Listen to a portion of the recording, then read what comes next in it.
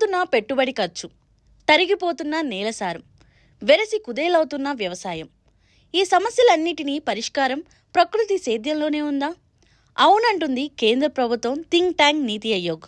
కేవలం మాటలతో సరిపెట్టకుండా దేశవ్యాప్తంగా ప్రకృతి వ్యవసాయాన్ని విస్తరించడానికి ఒక సమగ్రమైన శిక్షణ కరాదీపికను సిద్ధం చేసింది. 22 రకాల పంటల్లో అద్భుతమైన దిగుబడులు సాధించే రహస్యాలు ఇప్పుడు సామాన్య రైతుకు కూడా అందుబాటులోకి రాబోతున్నాయి. ఈ మాన్యువల్ ప్రకారం ప్రకృతి సేద్యం వల్ల లాభాలు మామూలుగా లేవు.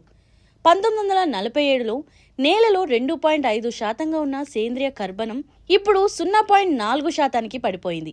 ప్రకృతి వ్యవసాయం ద్వారా దీన్ని మళ్లీ 45% వరకు పెంచవచ్చు. అంతేకాదు, నీరు, విద్యుత్ వినియోగంలో 50 నుండి 60% ఆదా అవుతుంది. పర్యావరణానికి ముప్పుగా మారిన కర్బన ఉద్గారాలను సైతం 85% వరకు తగ్గించవచ్చని నీతి ఆయోగ్ గణాంకాలతో సహా నిరూపించింది. ప్రకృతి సేద్యానికి ప్రాణవాయువు లాంటి జీవామృతం తయారీపై నీతి ఆయోగ్ కీలక సూచనలు చేసింది.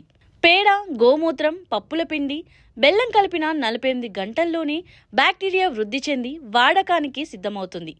ఈ రంగంలో సుభాష్ పాలేకర్, నారాయణ రెడ్డి లాంటి నిపుణుల అనుభవాలను రంగరించి ఈ కిట్ను రూపొందించారు.